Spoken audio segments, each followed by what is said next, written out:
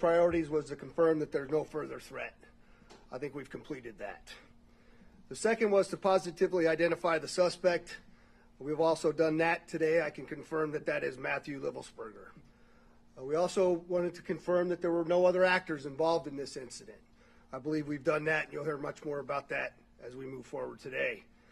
We've also today, I'm going to be able to share with you some of what we believe to be his plans and motives as to why he conducted this attack.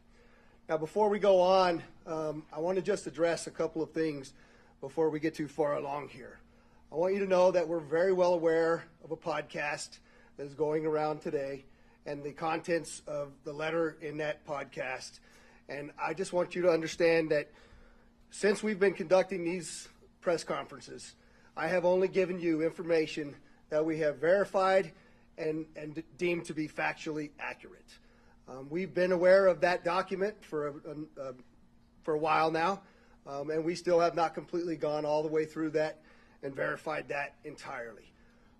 We are in one of the two telephones and one laptop, so one telephone and one laptop that we still have not been able to get into. There is one cell phone that we are getting into, and I can tell you that we are barely scratching the surface and almost hourly receiving additional information requiring substantial investigative effort on the part of this joint investigation between ourselves, the FBI, and the ATF. And so, again, while I understand all of that is out there, I believe it is our responsibility to give you what we know to be a fact, and that is what I will continue to do as we move forward. A couple of questions came up in regards to the positive identification of the suspect in the vehicle. I want to give you a couple of photographs as to what it was that we had some conversation around, because there's some tattoo comparisons that we needed to do. And in those tattoo comparisons, in this particular photograph, you can see a tiger tattoo, and there's a secondary tattoo on the stomach that the wife had told us about.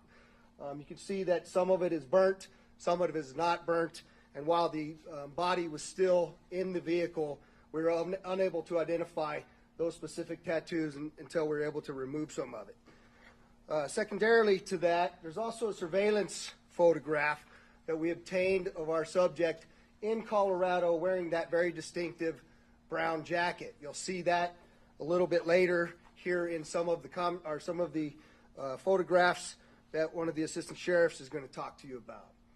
There's also a lot of conversation that I hear out there about the fact that the identifications, the credit cards, and the number of things that I provided to you previously did not show up as burnt in the explosion in the vehicle. And so I did think it was important for me to address a couple of those issues so you understand where we're at. That's a photograph of the wallet. It's a leather wallet. Clearly it's burnt up pretty well. However, that wallet was found in the back seat under some debris in the vehicle, and it contained, you'll see in this photograph, the credit cards, a photograph, and a number of other pieces of identifying information. The military identification that I initially told you about was also located within inches of the wallet. And you'll see much of this stuff does have some burn damage on it. The passport that I described to all of you was found in the back, in the bed of the truck under debris as well, and you'll see a photograph of that in there. I also had mentioned to you that we were going to be doing dental records to identify the subject in the vehicle. The Department of Defense provided those dental records to us. We then forwarded them to the coroner, and the coroner also provided a positive identification for us. Finally, we had also requested DNA from the family, which was provided to us, and it matched to our suspect. We then, of course, had now confirmed fully his identity to you. There has been, again, a tremendous amount of investigative effort that has been conducted now, and I'm going to introduce to you Assistant Sheriff Dory Corrin to go over some of the extensive investigation that has occurred. Dory? Good afternoon. I'm Assistant Sheriff Dory Corrin. I oversee our Homeland Security and Investigative Services Group, which includes our counterterrorism unit that's been working around the clock on this investigation. I just want to briefly share a few updates on some key areas to include the operational activity that led up to this incident, a little bit of information on the post-blast investigation as we know it today, and then finally some of the information that we're discovering most recently about motives and plans to give you some insight on why this individual committed the act that he committed. To begin just with the operational activity, the sheriff yesterday talked about the route that the suspect took to get to Las Vegas.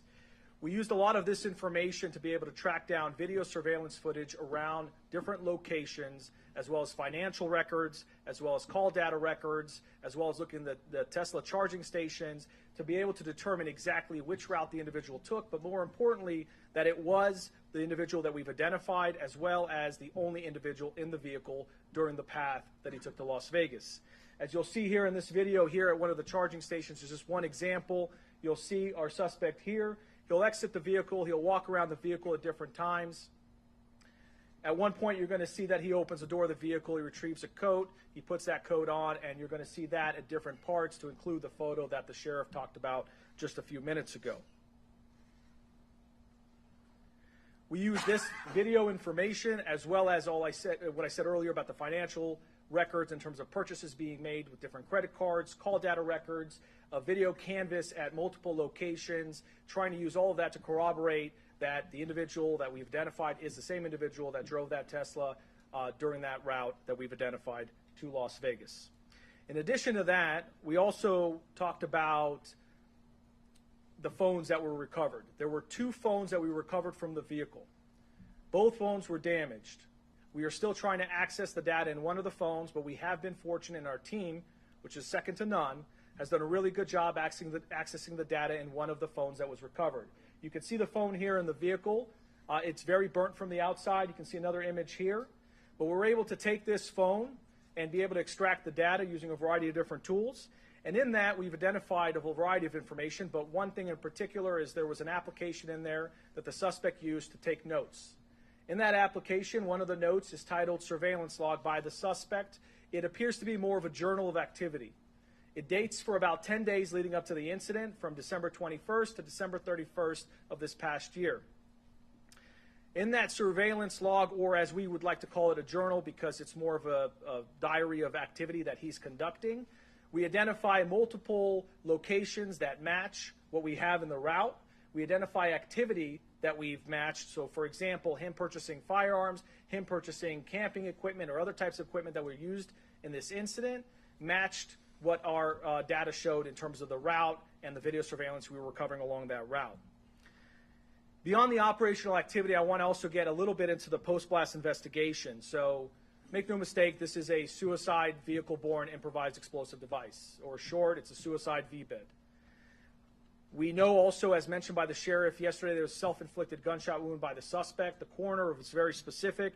In their examination, it was an intraorbital gunshot wound, which essentially means that the suspect put the firearm in his mouth and discharged the gun, and ultimately the round came out to the left side of his head.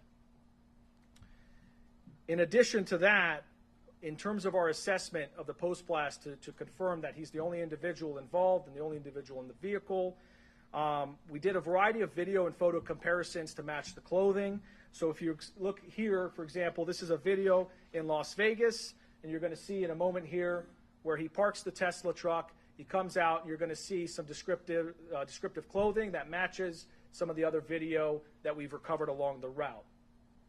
Please keep in mind, this is a very extensive investigation, so there's a lot of content for us to review and examine. We're just showing examples and samples as we get them. There's more information as we go through it. But in this video, you can see even the distinctive jacket that he is wearing in that vehicle.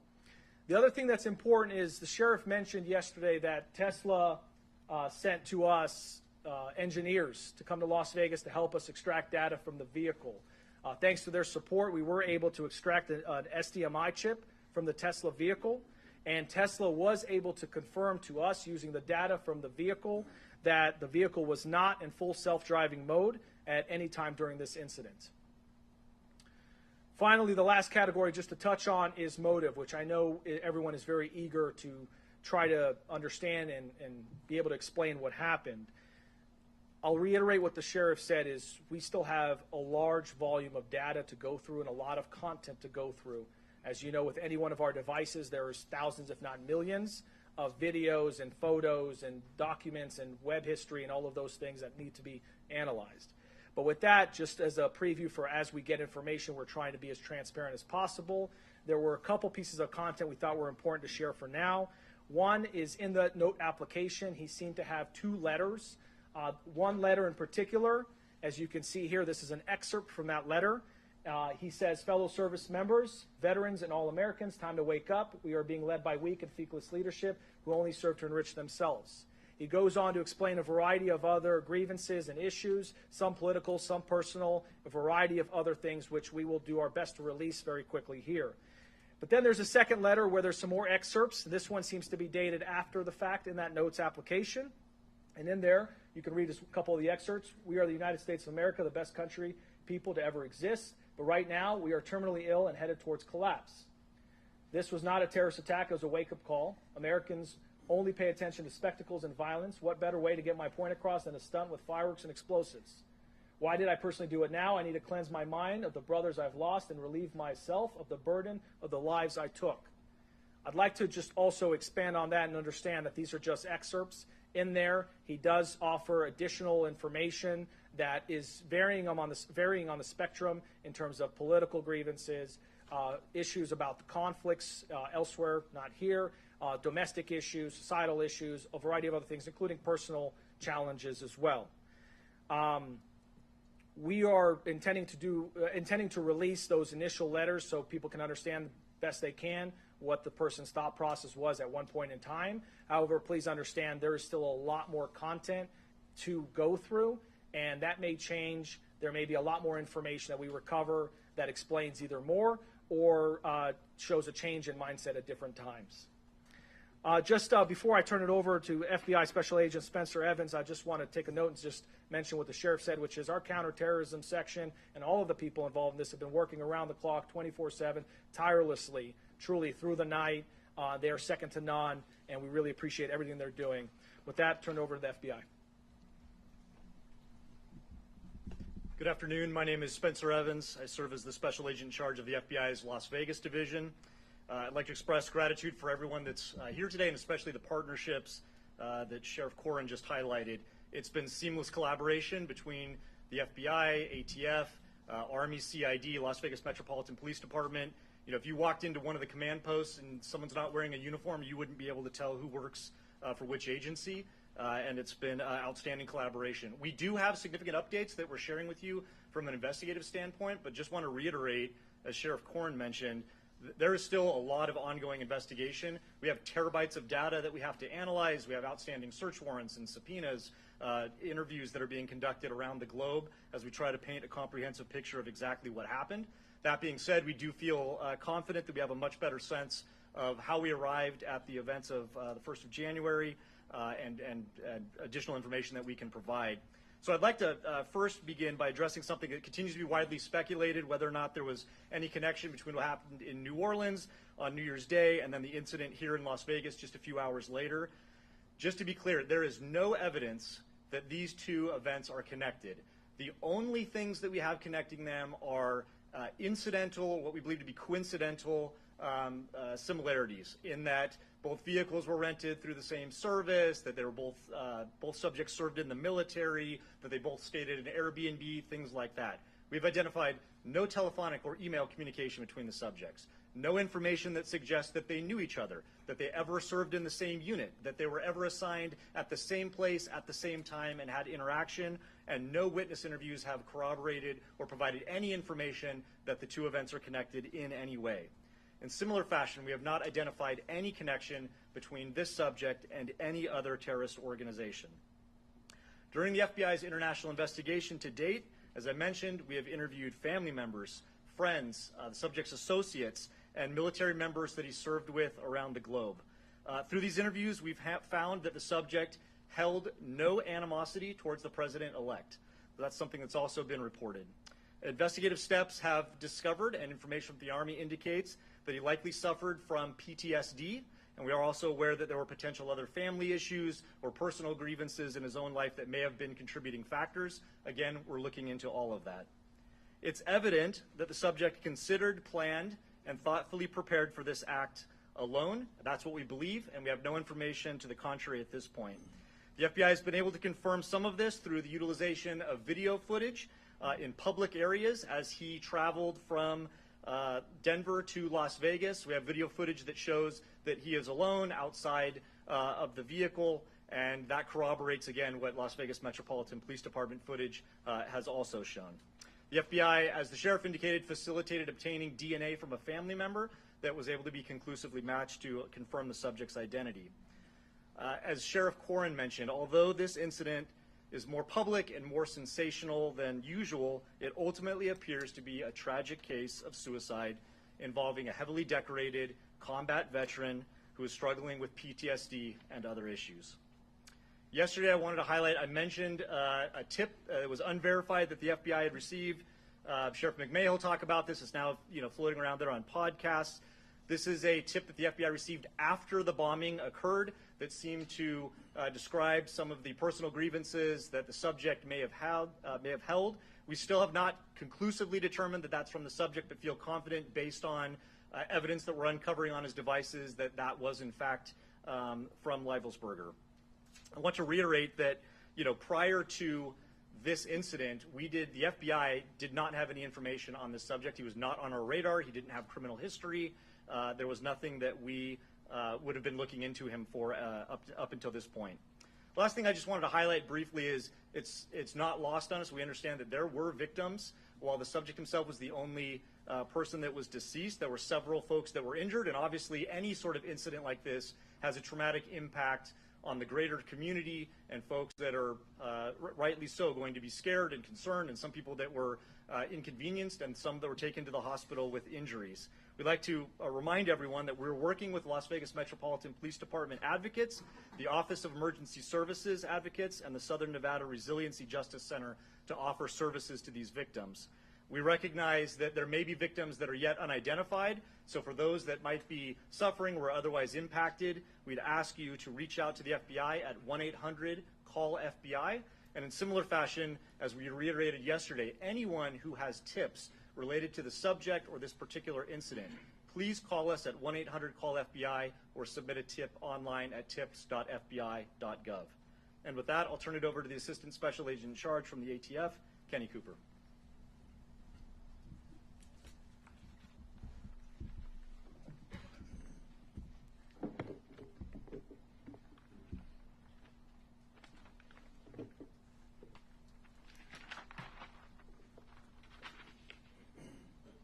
Good afternoon, everybody. My name is Kenny Cooper. I'm an Assistant Special Agent with ATF San Francisco Field Division.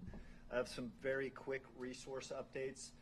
ATF has brought in some of our top experts from our national response team that will assist with the sifting through the debris of the Tesla, and that's an abundance of caution to make sure that we've got the initiation sequence identified as best we can from the evidence that survived the thermal event of this explosion, and to ensure that no other bad actors were involved in the initiation of that device.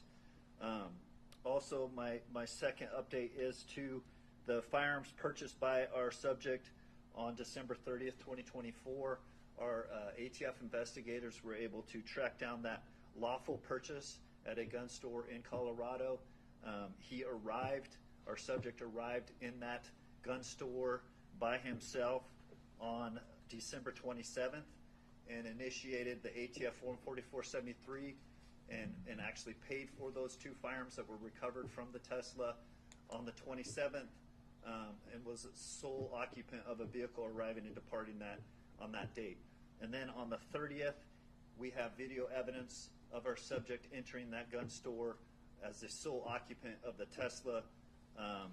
He actually received and transferred those two firearms and took into his possession at that time and departed as the sole occupant in the Tesla. Those are the two updates that I'm here to provide to you at this time. Thank you.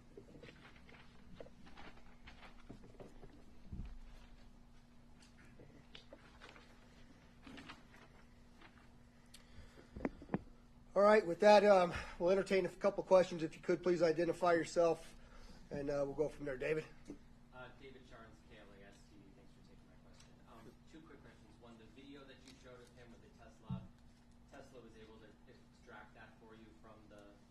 device from the car, the video you showed him walking around and at the charging stations?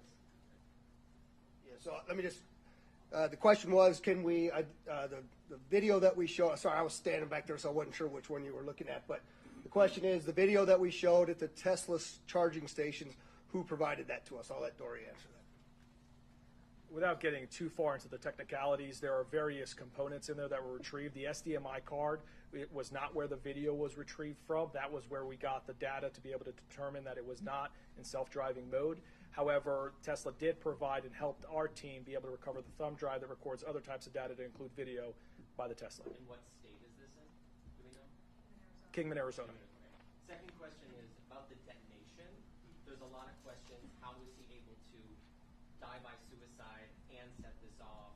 Can you just in very basic terms explain how that could happen to kind of stop these conspiracies that he's not in? Yeah, so the second question is how are we able to explain the detonation versus the suicide? And we just believe it to be simultaneous at the time of the detonation. But again, that's why the ATF's bringing in the SABTs from outside to look at what that sequence was for the initiation of the explosion as well. And you know, it's very difficult to see inside of those Teslas, even with the camera angles that we have. And so we still remain challenged on finding some of that exact timing on all of that. Go ahead. Hi, Stephanie Price, Fox News. Hi, Stephanie. We're seeing reports that he had another alias as Matt Bird and went on a TV show in 2013.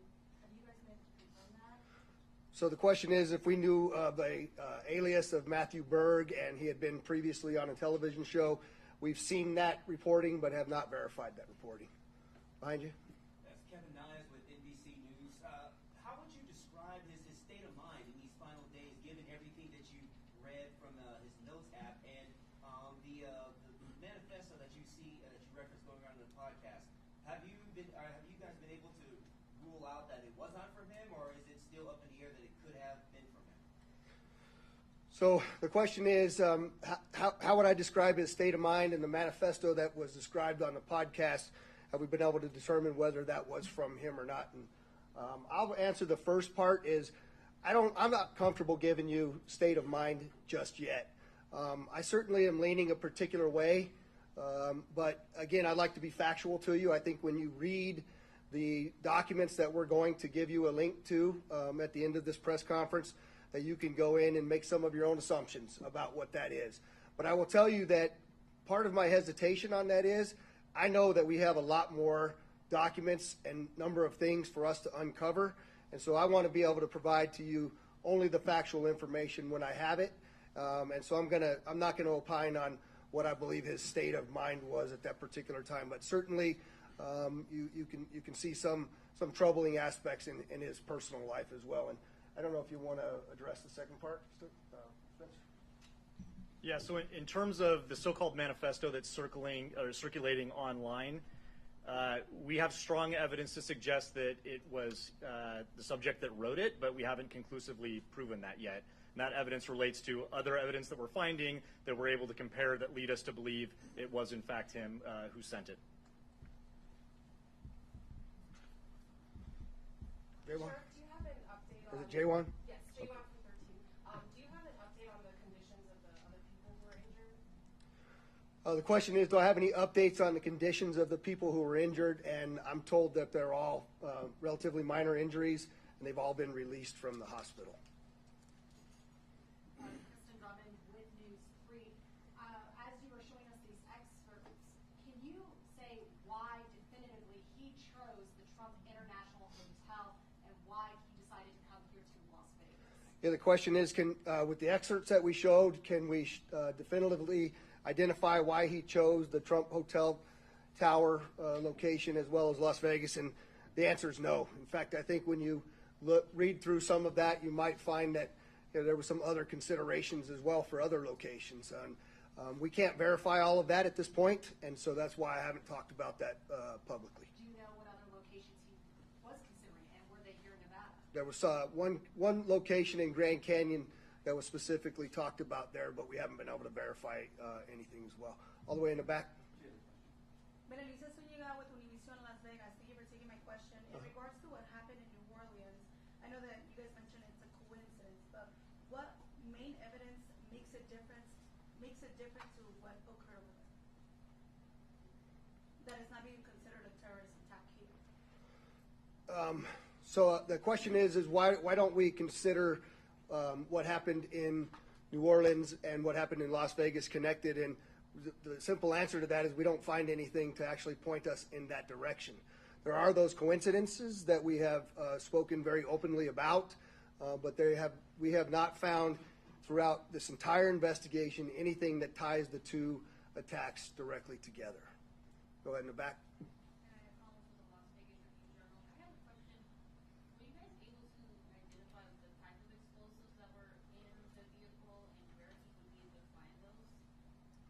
So the question is, were we able to identify the types of explosives that were in the vehicle and where he was able to find those?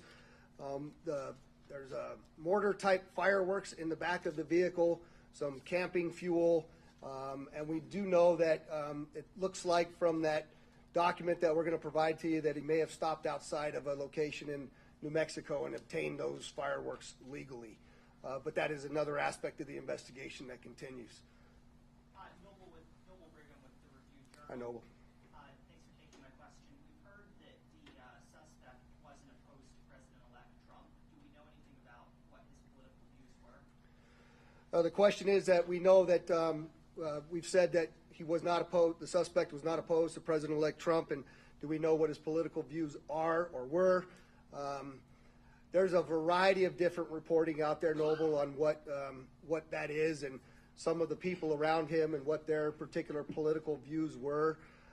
I think when you read some of these documents, you'll see that he actually calls it a stunt in one of these documents that we're going to release to you, that he was trying to get the attention of the American people because he was upset about a number of different things. But I'll let those writings speak for themselves.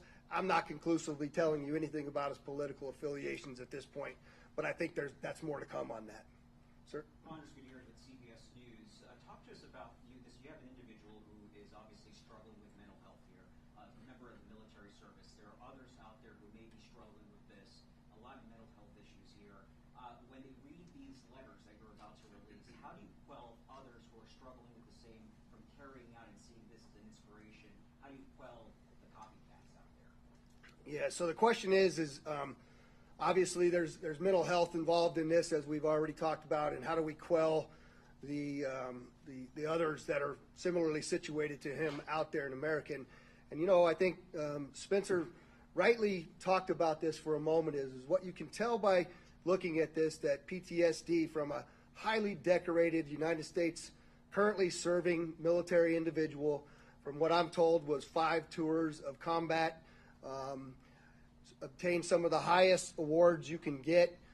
It's not much different, quite frankly, than the reasoning why we started our wellness bureau here at Metro and taking care of the heart, mind, body, and soul of the people that are out there doing this work, because they're exposed to things, they see things, they hear things, they feel things, and they smell things that most normal people don't have to do. And the heroes that are serving in the military and on the front lines of America's policing are challenged that way. And so I think we need to really pay attention to those individuals, pay attention to what mental health in America looks like, and I think this is just one more incident that brings that to the forefront of where it is that we are in talking about these types of things.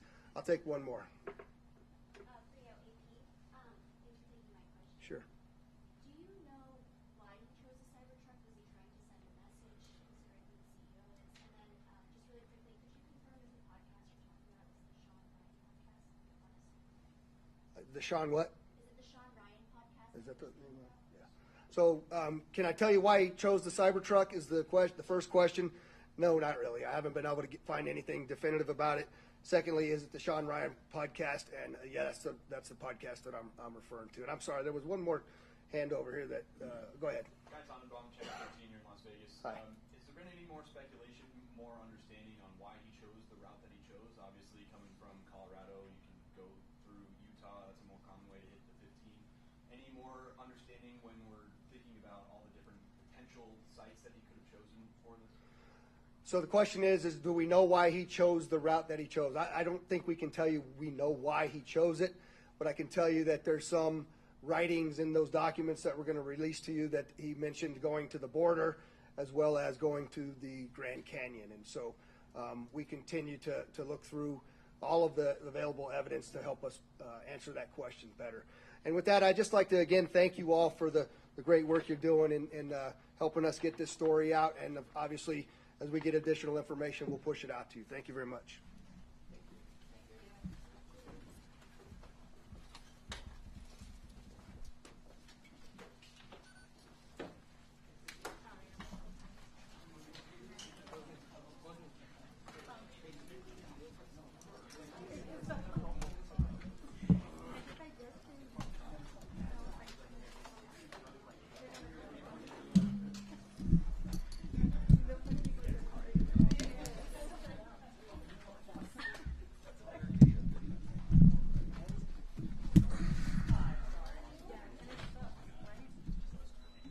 Yeah, I was just going to ask about the moleskin